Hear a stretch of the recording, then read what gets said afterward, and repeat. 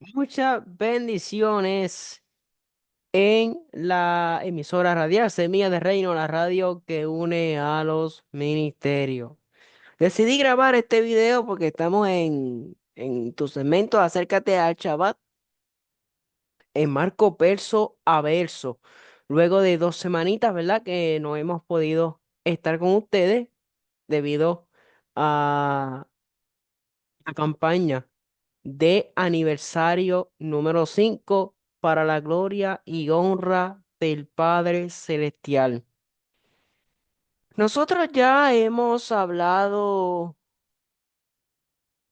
respecto, tocamos varios videos de los versos del 1 al 13. Hoy vamos a estar discutiendo solamente 2 versos y yo quiero que usted siga la página radial Semilla de Reino. También suscríbase a nuestro canal de YouTube, Restaurando el Diseño Profético. Bien, en el comentario del contexto cultural del Nuevo Testamento, en los versos 14 y 15, primero vamos a leer lo que dice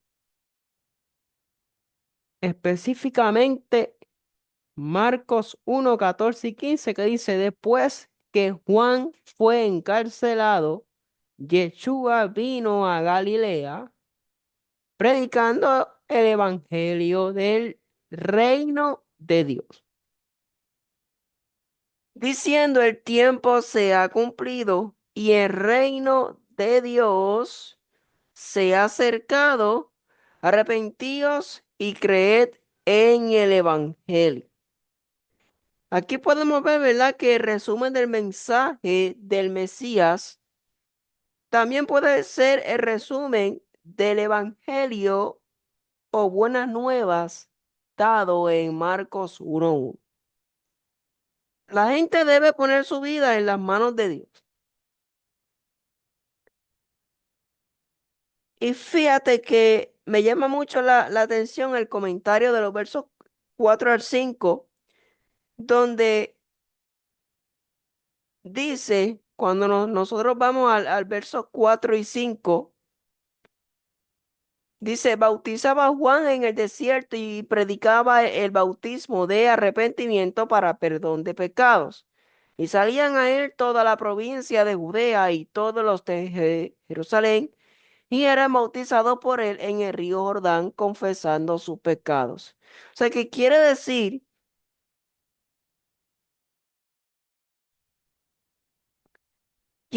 ¿verdad? Que según el comentario, y quiero ir varios versículos atrás, porque como muchos otros pueblos antiguos, los judíos, ¿verdad?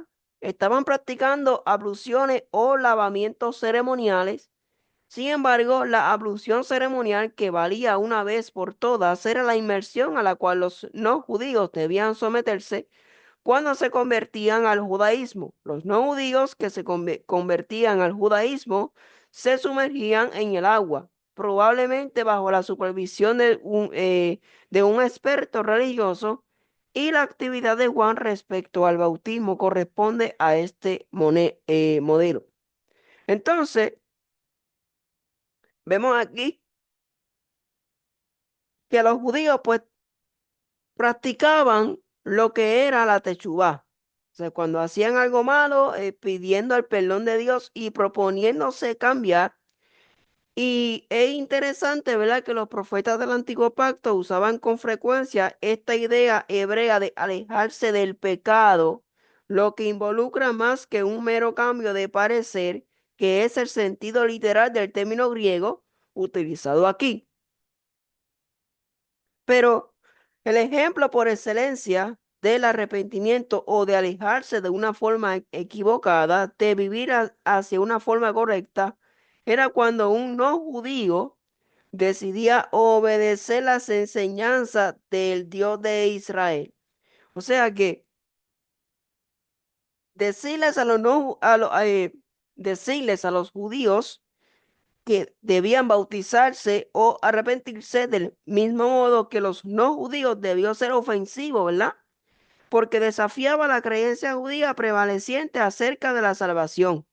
La mayoría de los judíos pensaba que si nacían en una familia judía y no rechazaban la ley de Dios serían salvos. En cambio, Juan les dijo que tenían que llegar a Dios de la misma manera que los no judíos. El sentido de la inmersión de Juan o el bautismo de Juan es que todos tienen que llegar a Dios bajo las mismas condiciones. Y aquí podemos ver, ¿verdad?, que Río Jordán era el lugar más lógico para que Juan hiciera sumergir a la gente, pero esta localidad también puede haber evocado la historia de la salvación de Israel, según el libro de Josué, capítulo 3 verso 4, Josué 3 y 4. Y vemos que la venida de Juan al desierto también podría evocar la historia de Israel, especialmente porque vemos que en Isaías 43 predecía que allí estaría el heraldo de un nuevo éxodo y muchos judíos esperaban que el Mesías llegara allí como un nuevo Moisés.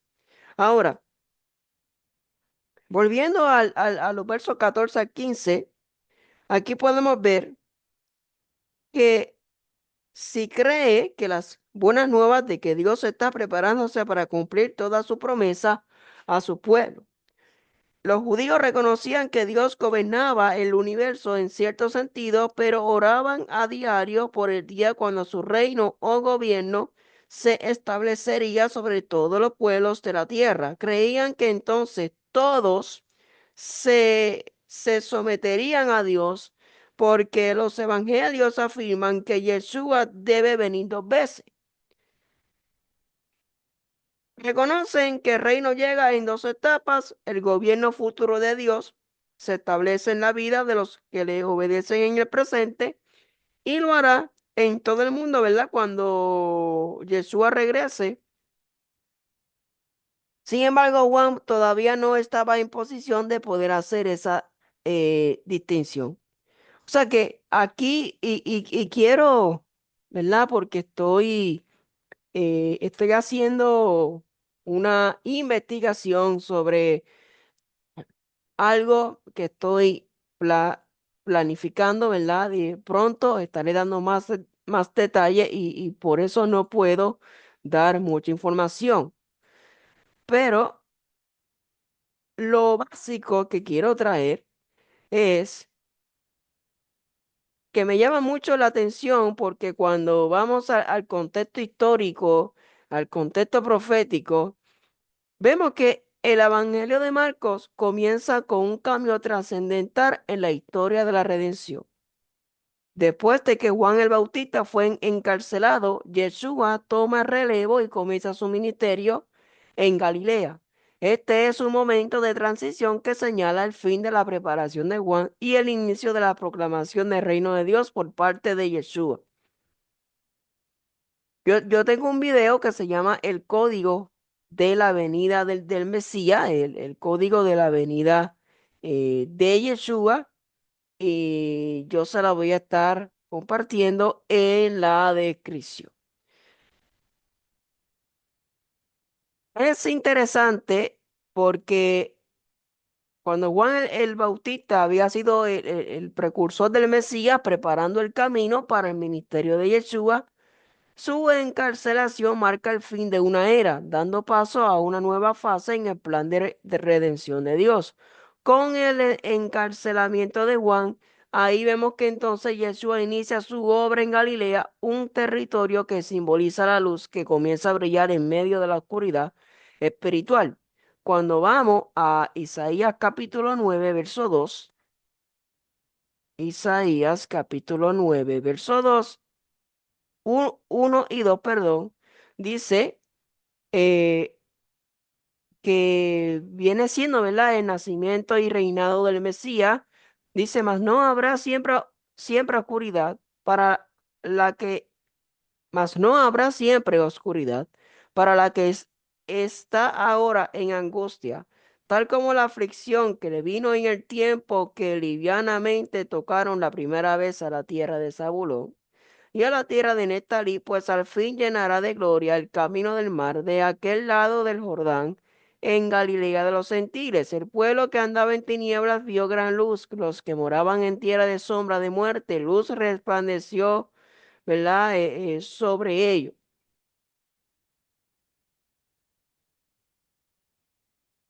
Entonces, la profecía cumplida, vemos Isaías 43, donde dice, una voz clama en el desierto, preparad el camino de Adonai.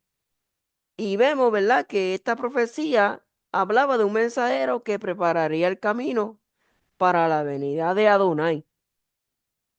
Un mensaje que se cumplió a través de Juan el Bautista, quien fue encarcelado al final de su misión preparatoria. Y en Malaquías 3:1 que dice, he aquí yo envío mi mensajero, quien preparará el camino delante de mí. O sea que la llegada del Mesías marca el cumplimiento de estas profecías, trayendo la revelación del reino de Dios en forma humana. O sea que obviamente al Dios enviar a su hijo Yeshua, el Mesías, pues entonces comienza Yeshua pues a hacer su trabajo. Entonces, volviendo a verso 14, dice, después que Juan fue encarcelado, Yeshua vino a Galilea predicando el evangelio del reino de Dios. O sea que este evento marca el cierre de la preparación dada por Juan y la inauguración del ministerio de Yeshua. Como Juan había dicho, es necesario que él crezca, pero que yo mengue, según Juan 3:30. La encarcelación de Juan prepara el terreno para la obra de Yeshua, quien cumple la misión del Padre al traer el mensaje de reino.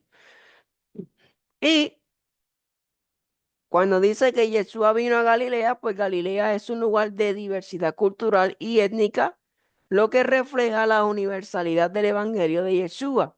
Por eso es que en Isaías 9 se predice que una gran luz surgiría de Galilea, y este es el contexto en el que Yeshua inicia su proclamación de reino. Y cuando dice predicando el evangelio del reino de Dios, la palabra evangelio en griego es la palabra equagelion, que significa buenas nuevas. Y Yeshua no solo proclamó la llegada del reino, sino que lo trajo consigo. El reino de Dios no es solo algo futuro, sino que tiene una dimensión presente accesible a través de la fe en Yeshua. En el verso 15 dice diciendo, el tiempo se ha cumplido y el reino de Dios se ha acercado, arrepentidos y creed en el evangelio. ¿Ok? Entonces, cuando dice tiempo, ¿verdad? Dice, este tiempo hace referencia al concepto griego kairos, que significa un momento crucial y decisivo en la historia. El cumplimiento de la profecía, especialmente la de Daniel 9:25, señala el momento en el que el Mesías comienza su obra redentora. O sea, eso es lo que dice prácticamente eh, Marco 1:15. Entonces, aquí en un link que se llama Sermon Writer, dice, cuando dice el tiempo de griego kairos, es cumplido. Los griegos tienen otra palabra, cronos, para hablar sobre el tiempo cronológico. Kairos es el tiempo importante, el momento de la verdad.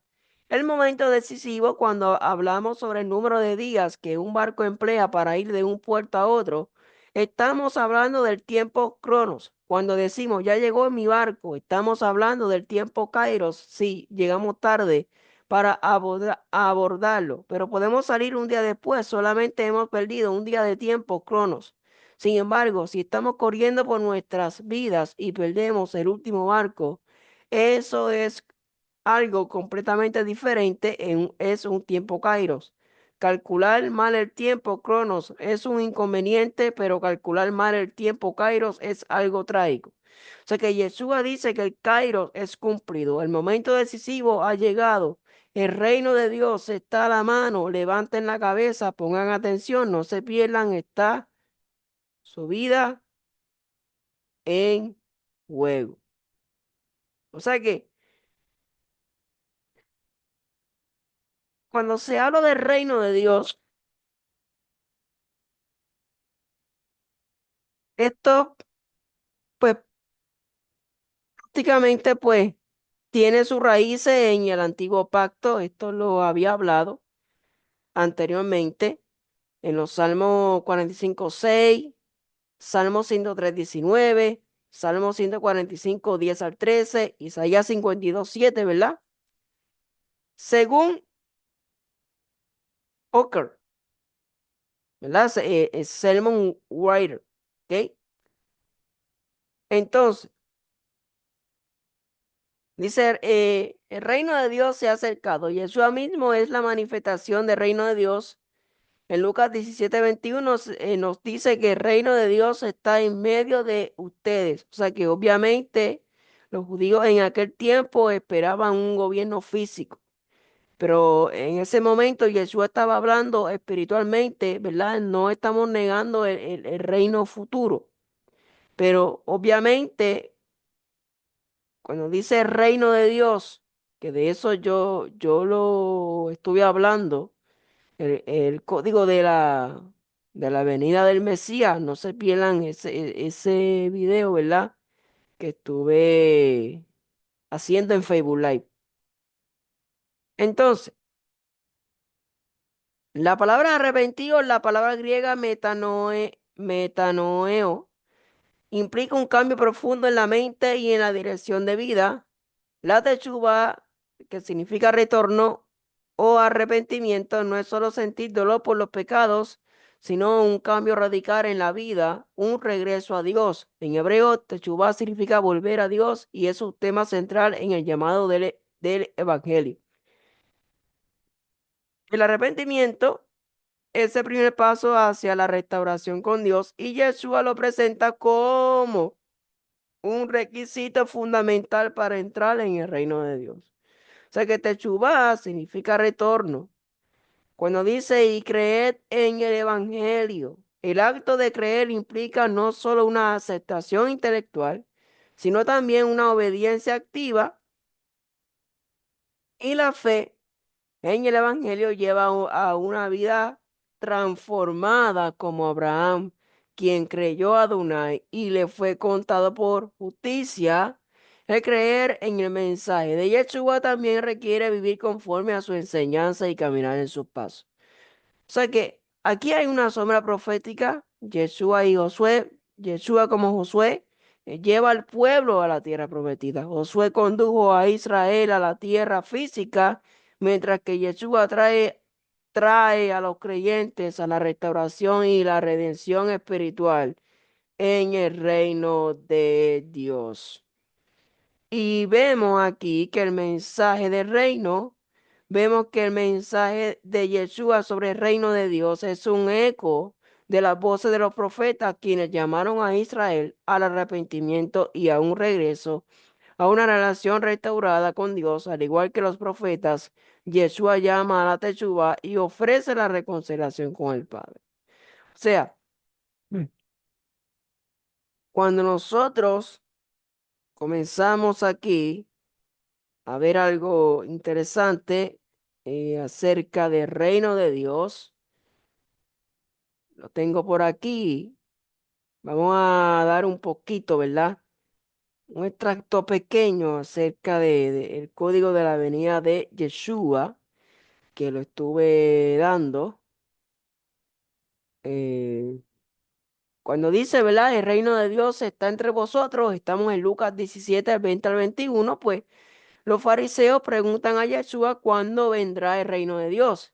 Y él responde que no vendrá con señales visibles, ni podrá decirse aquí está o allí está, porque el reino de Dios está dentro de ustedes o en medio de ustedes, ¿verdad? Vemos que los judíos del tiempo de Yeshua esperaban un reino físico, como les había mencionado, un Mesías que restaurará a Israel, expulsará a los opresores y estableciera un reinado terrenal. Pero Yeshua desafía esta visión al indicar que el reino no se manifestará de manera visible o externa como ellos esperaban, sino que ya está presente de una manera espiritual entre ellos. ¿Ok?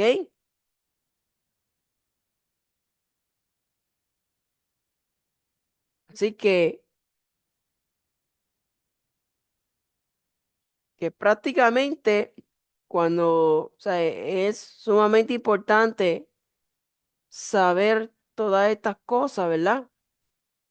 Cuando vamos al contexto, pero yo quiero que usted vaya conmigo, ¿verdad? A Mateo, que me da una referencia y con esto cierro. Eso está en Mateo 4 12 al 17 y hay un comentario aquí de estudiobiblia.blogspot sobre Mateo, el libro de Mateo.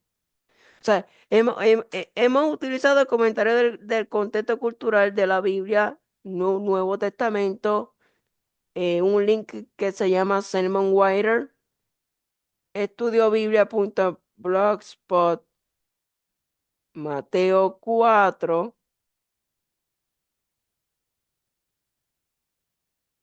12 al 17.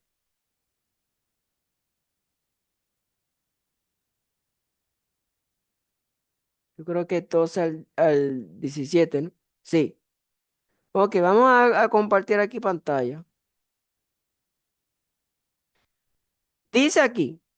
Luego de haber hecho la inmersión con Juan y haber ayunado por 40 días, Jesús regresó a Galilea para iniciar su ministerio.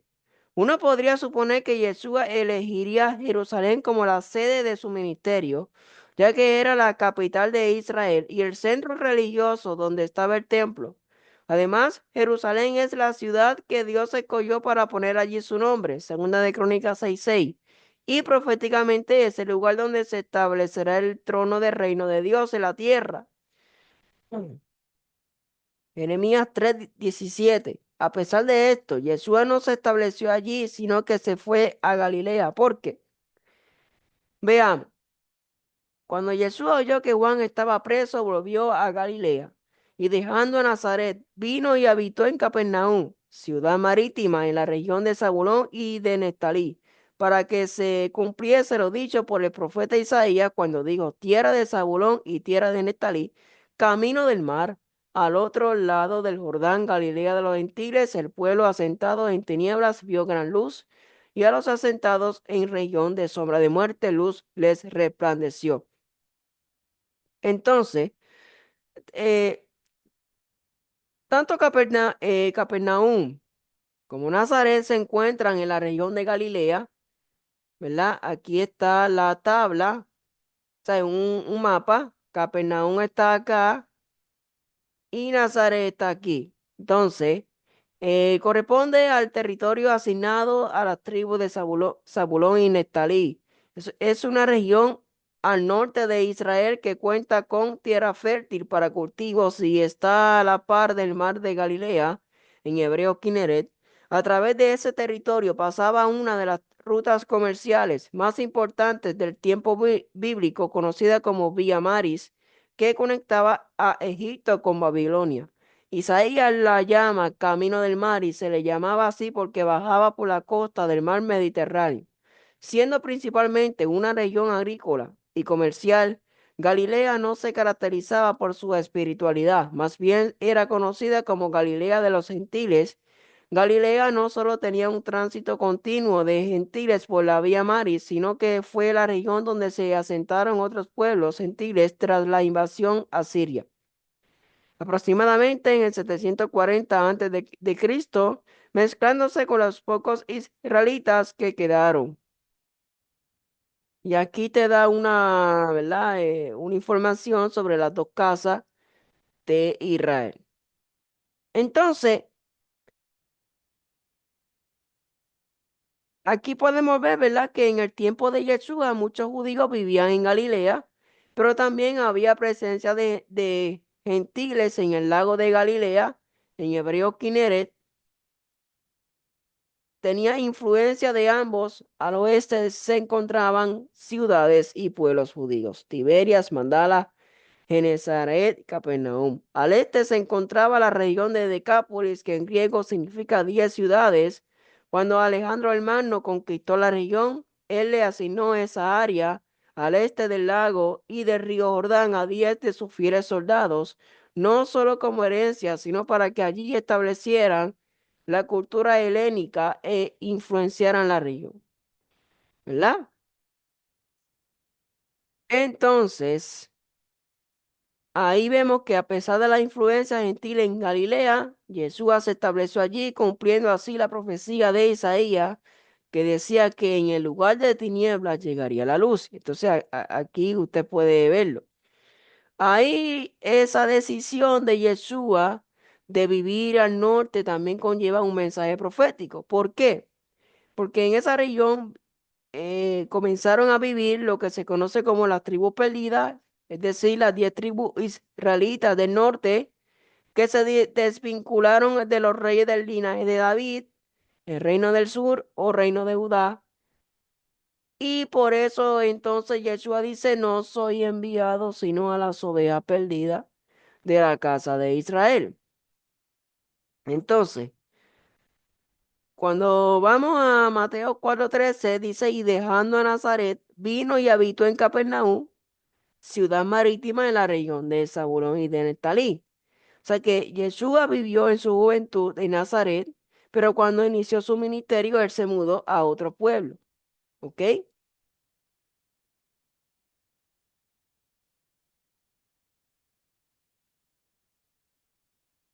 Y la próxima semana vamos a estar tocando la parte de los pescadores de hombres, que además de Nazaret, que era un pueblo más poblado cerca del valle de Jezreel, Capernaum entonces era apenas una aldea de pescadores que se encontraba a orilla del mar de Galilea. Ok, ahora más abajo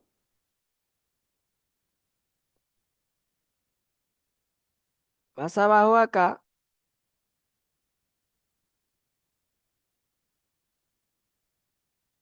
sobre Mateo 4:12 al 17, déjame ver, eh,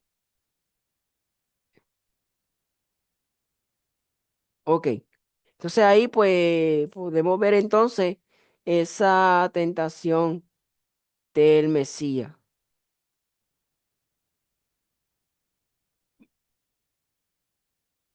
Ok, ok, o sea que prácticamente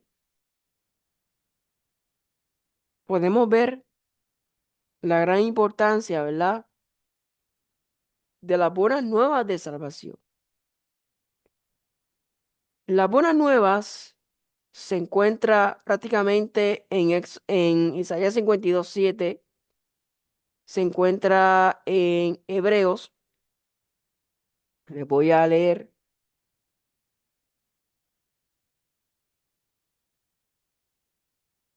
estas buenas nuevas en las Escrituras. Ok, deben un momento a lo que, y ya les prometo que con esto cierro.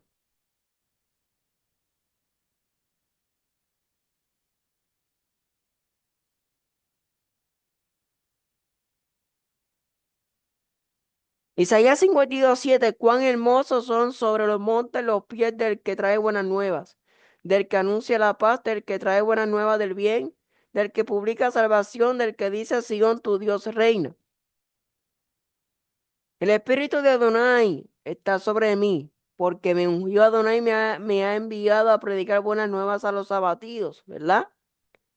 Salmo 96, 2 al 3, cantad a Adonai, bendecid su nombre, anunciad de día en día su salvación, proclamad entre las naciones su gloria, en todos los pueblos su maravilla. ¿Ve? Apocalipsis 14:6. Vi volar en medio del cielo a otro ángel que tenía el evangelio eterno para predicarlo a los moradores de la tierra. Así que hay diversos textos que hablan sobre la pura nueva de salvación y se los dejo de tarea. Así que muchas bendiciones desde el Ministerio Radial Semilla de Reino, la radio que une a los ministerios. Bendiciones.